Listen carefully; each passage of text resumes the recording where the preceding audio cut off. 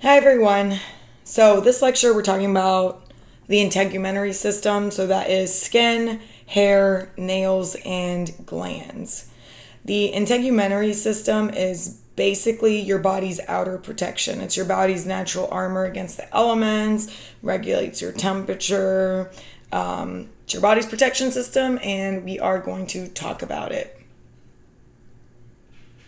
Integument, skin.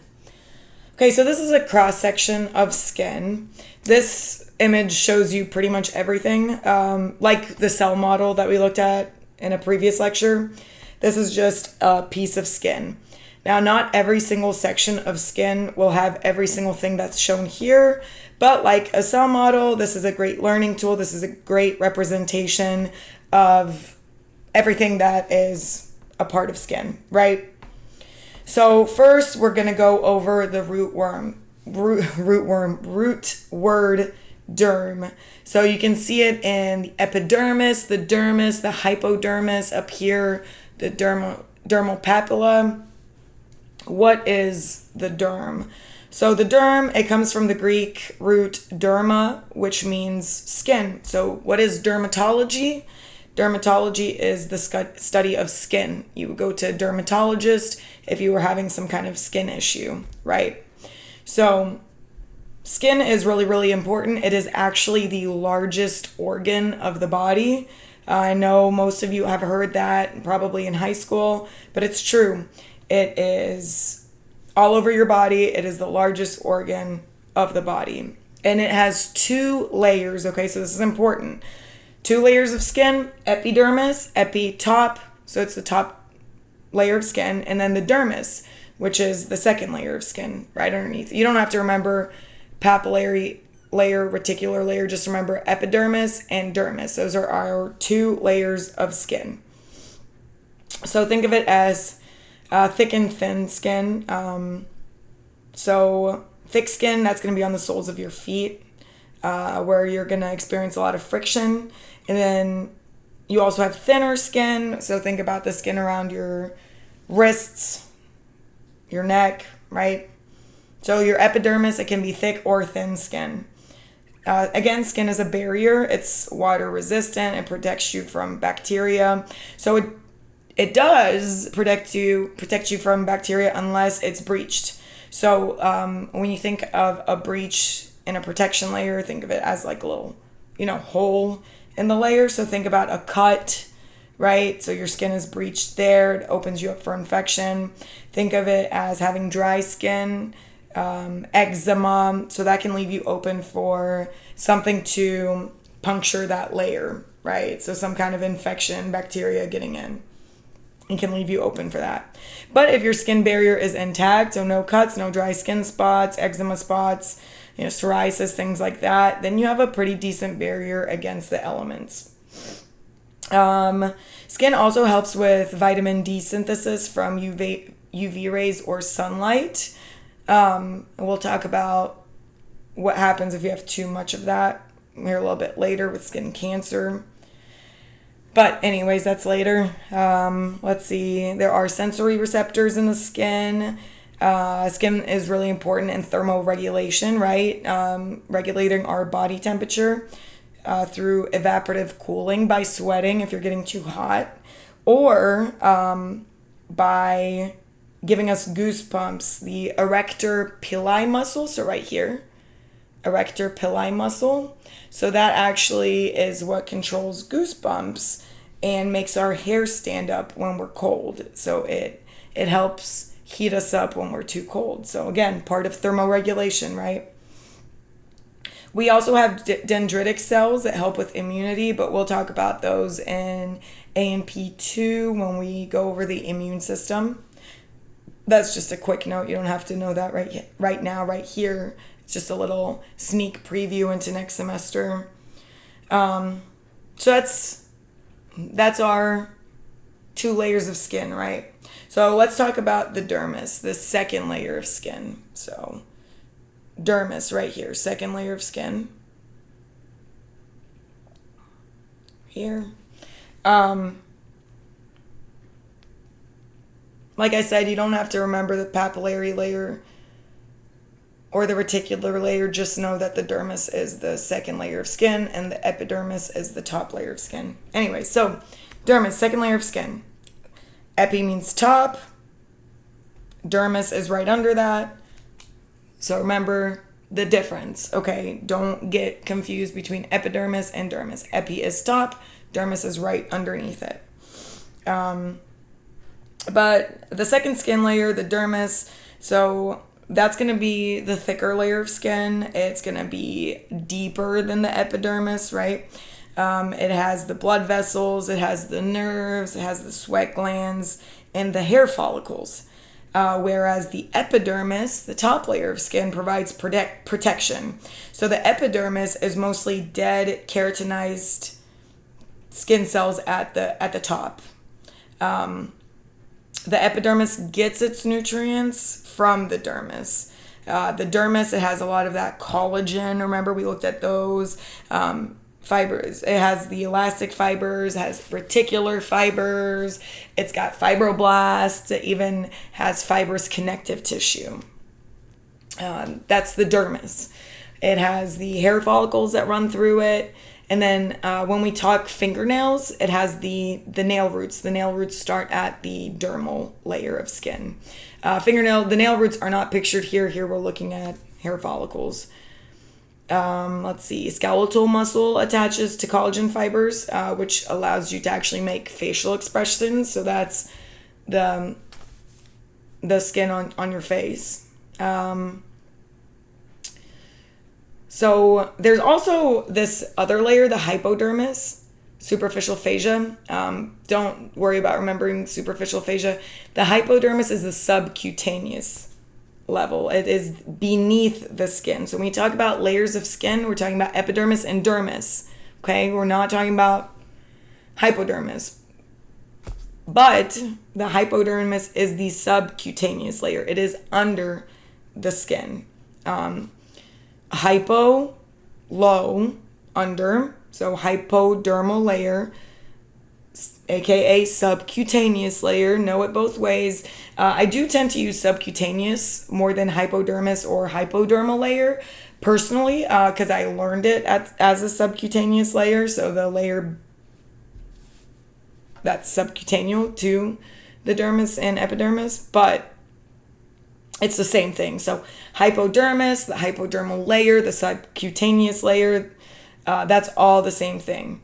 If you go into the medical field, you'll use a lot of hypodermic needles. So hypodermic needles aim for this level, right? It aims for beneath the skin. Hypo, under, derm, skin. Hypodermis. Hypodermic needles. Hypodermic needles, sometimes you can also hear called subcutaneous injections or sub-Q injections. Same thing. Wants you to hit that subcutaneous layer.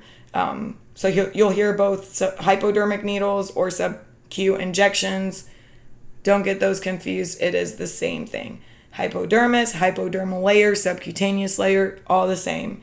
Hypodermic needles or subcutaneous injections or sub-Q injections, all the same thing. Okay. Let's see. Remember adipose tissue right there?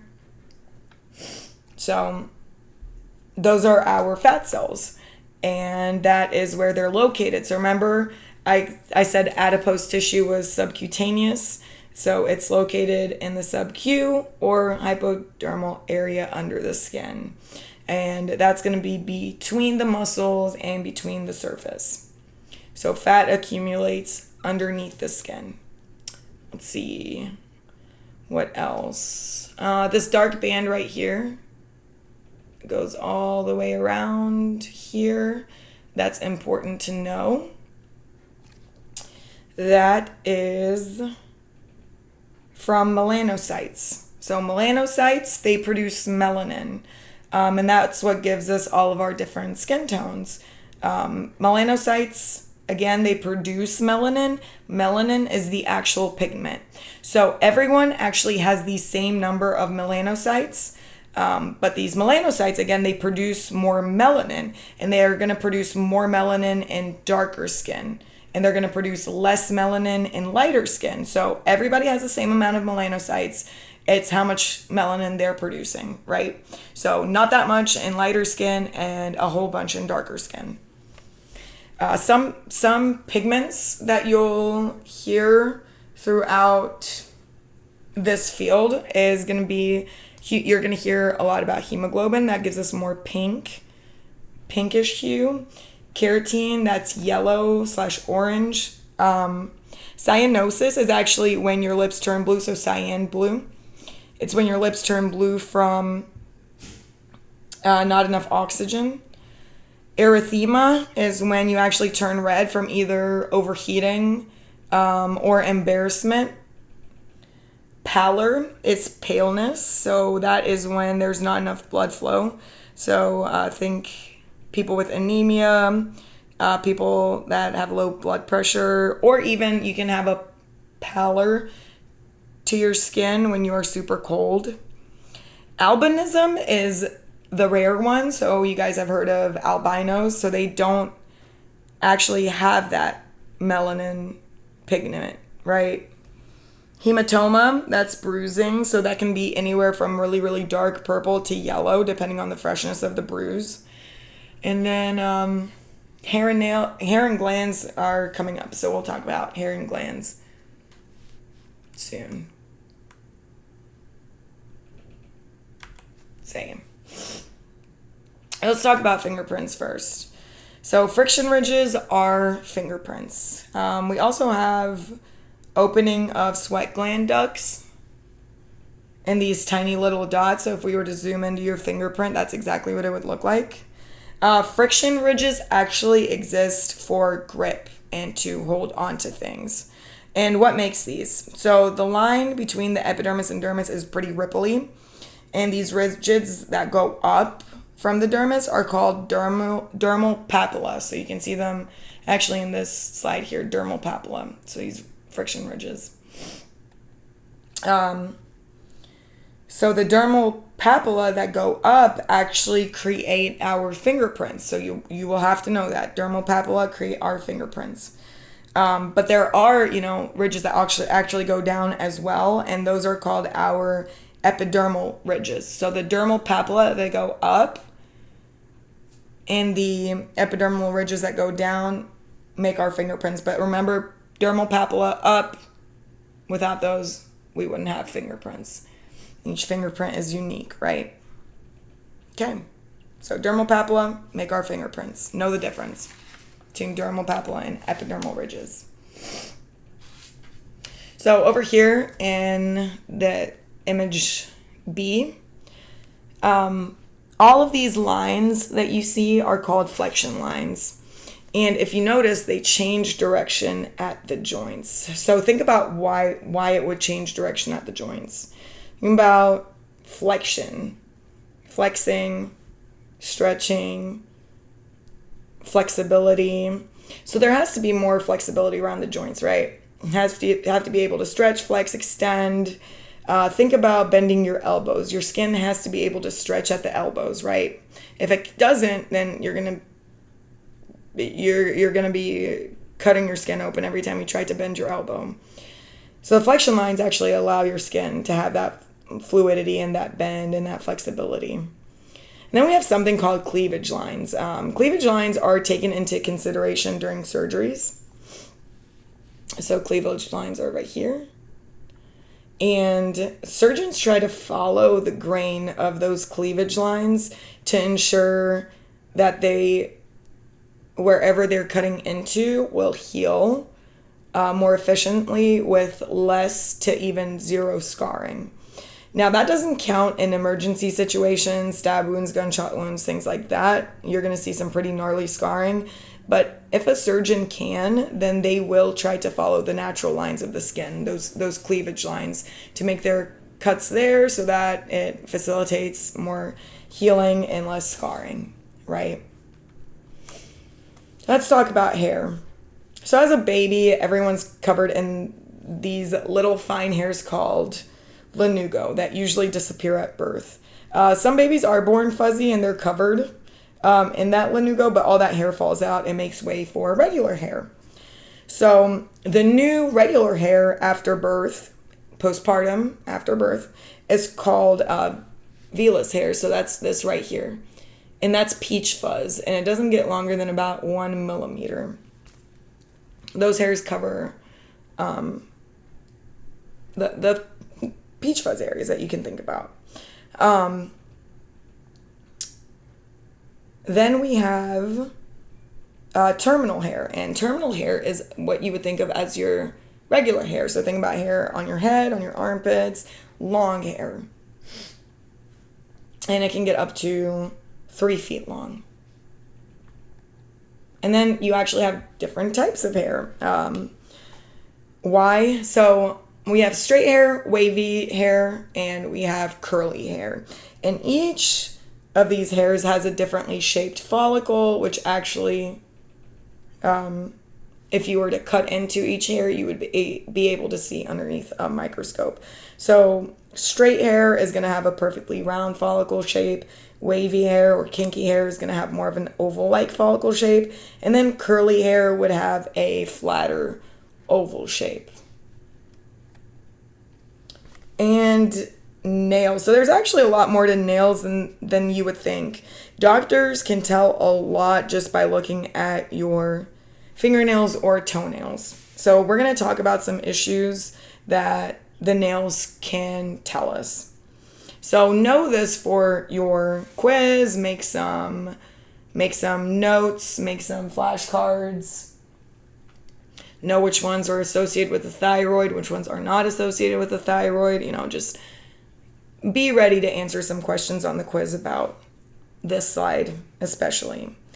So if a nail is yellow and thin, it can actually indicate a lot of things related to thyroid gland disorders and respiratory disorders. But if they are thick and yellow, they're going to typically point towards fungal disorders, and you usually see these in the toenails, right?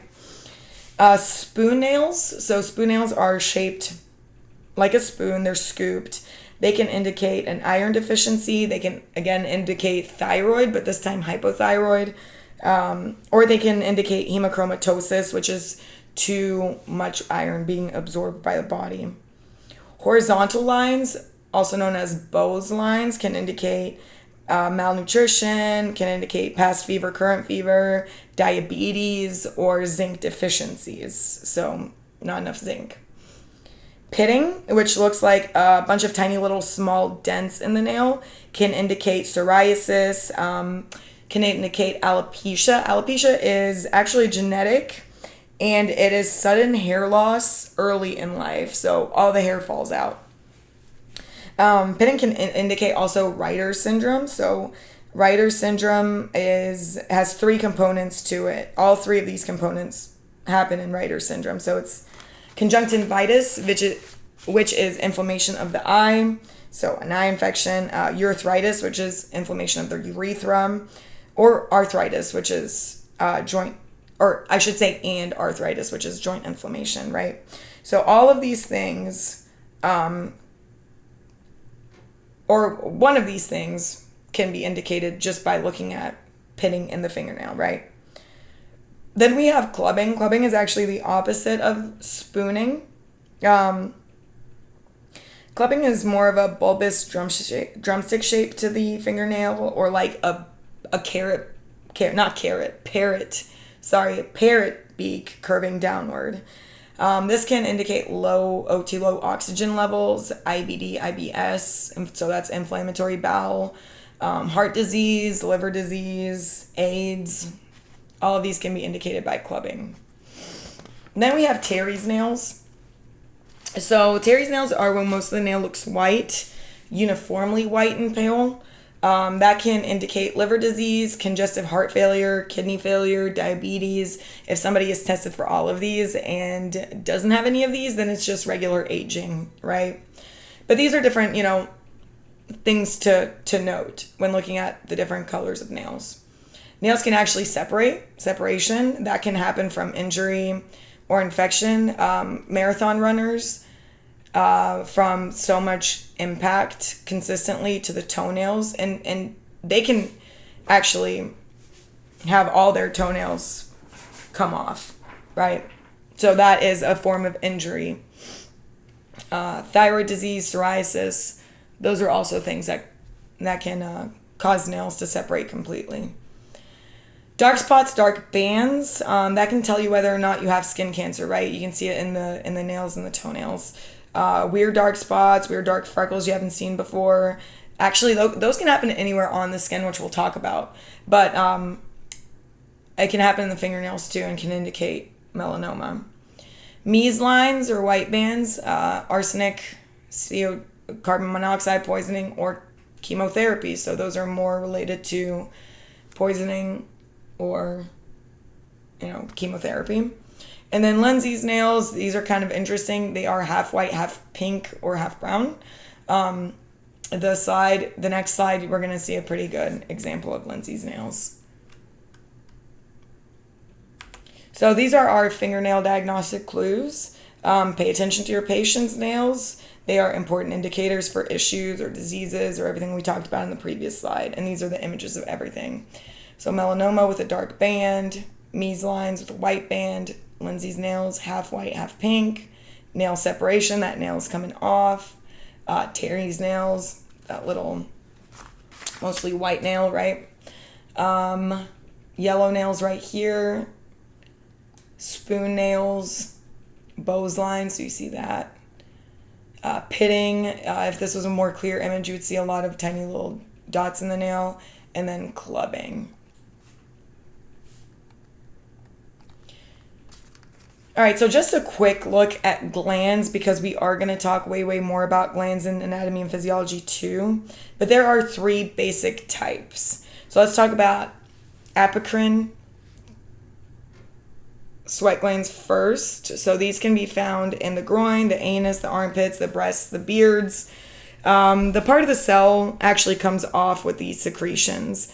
These are found, and think of things like earwax, right?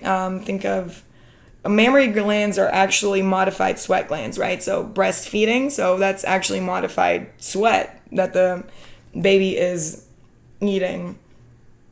But those are our apocrine sweat glands. So groin, anus, armpits, breasts, beards, where a pinched off portion of the cell is the secretion here. Merocrine glands are also called eccrine glands. Okay, so remember that, eccrine glands. So these are secretions that come to the surface and are released, and the cells pretty much stay intact. So those are the normal sweat glands on the rest of the skin. And then we have holocrine glands down here. And those are found in oil glands, where the cells die and become what's actually being secreted. So the cells die and come off. Those are our sebaceous glands, our oil glands. All right, let's talk about skin cancers. So this is really important, right? There are 3 primary types. We have basal cell carcinoma. That's the least malignant and the most common, and people tend to make a full recovery from basal cell carcinoma. But again, you have to go to a doctor, right, to make the full recovery. So this is an important slide diagnostically and for you yourself. So basal cell carcinoma, that's going to be mostly in the sun exposed areas. This is going to be shiny, dome shaped, can look ulcerated once it's grown a little bit, and it's slow growing. So when you think basal cell carcinoma, think about a wart on a witch's nose. The second most common is squamous cell carcinoma.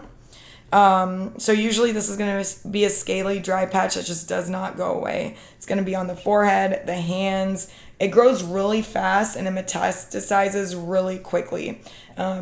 Radiation can get rid of squamous cell carcinoma. Basal cell carcinoma usually is just cut off, right? Squamous cell carcinoma if you get radiation, you can get rid of it. And then the most dangerous type is melanoma. So this is the most dangerous. This is the least common, but it metastasizes really quickly. So what that means is that it spreads very quickly to other tissues. So if melanoma starts on the leg, it can quickly spread to the bone. So it is usually from moles that are 4+ millimeters thick, but what's scary about melanoma is that it goes deep before it goes wide. So it has a poor prognosis. Bob Marley actually died from melanoma that started on his big toe. Or I think it started on his big toe. I know it started on his toe. A good acronym to remember, ABCDE. Know this acronym, it will show up on your quiz. So ABCDE, asymmetrical. So if a mole or freckle is not round but asymmetrical, if it has an irregular border, B. So A, asymmetrical, B, border, irregular though. So think jaggedy edges, not smooth border. Variegated color, so speckles of black and brown inside the same mole. So the color is variegated. Diameter of 6 millimeters plus, so that is the size of a pencil eraser, right? So look at the diameter, whether it's elevated or not. Some are okay, some indicate an issue. When in doubt, get it checked out, right? At the worst, some dermatologists are going to just cut it off to be safe and send it out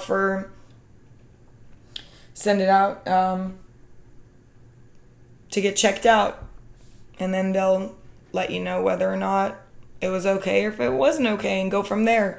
If a doctor doesn't want to check it out, go to a different doctor, because if you're in doubt, get it checked out, right?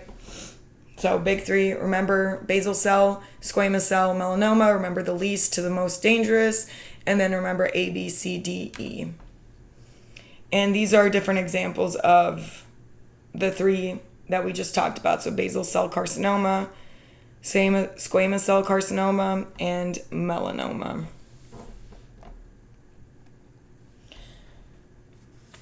So now burns. So a first degree burn is only going to affect the epidermis, so think of something like a sunburn. A second degree burn is going to blister up, so it's going to hit both the epidermis and the dermis.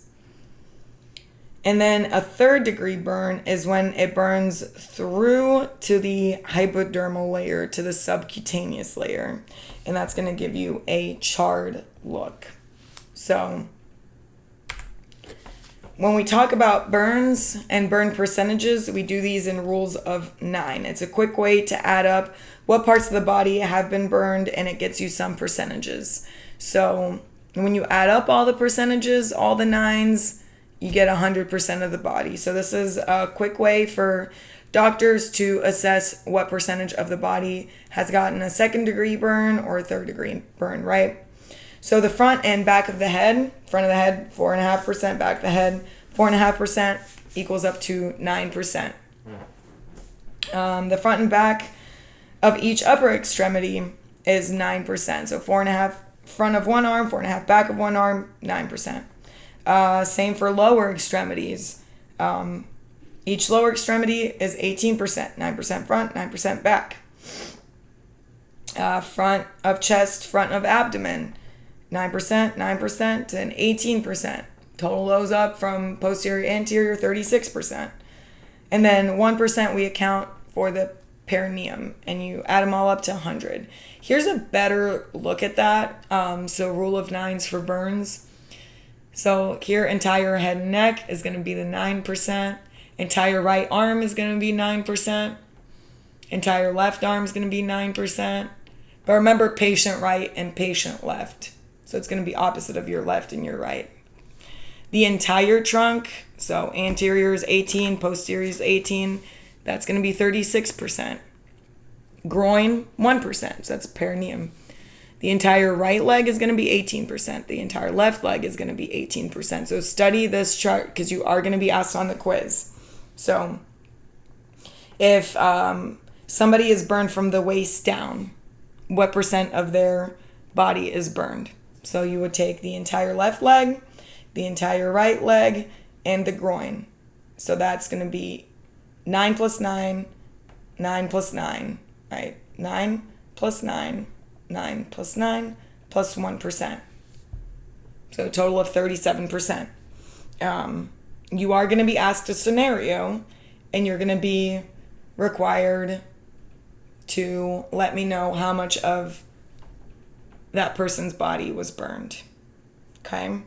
So again, if they're burned from the waist down, you got to take the groin into account, the entire right leg, the entire left leg. But also know it broken down by anterior and posterior only, because I can say the front of the face was burned, the entire trunk was burned, so that's going to be 36% plus 4.5%, right? So that'd be 40.5% of the body. So know the rule of 9. Study this. You will be asked a couple scenarios. Okay. And that's it for the integument lecture.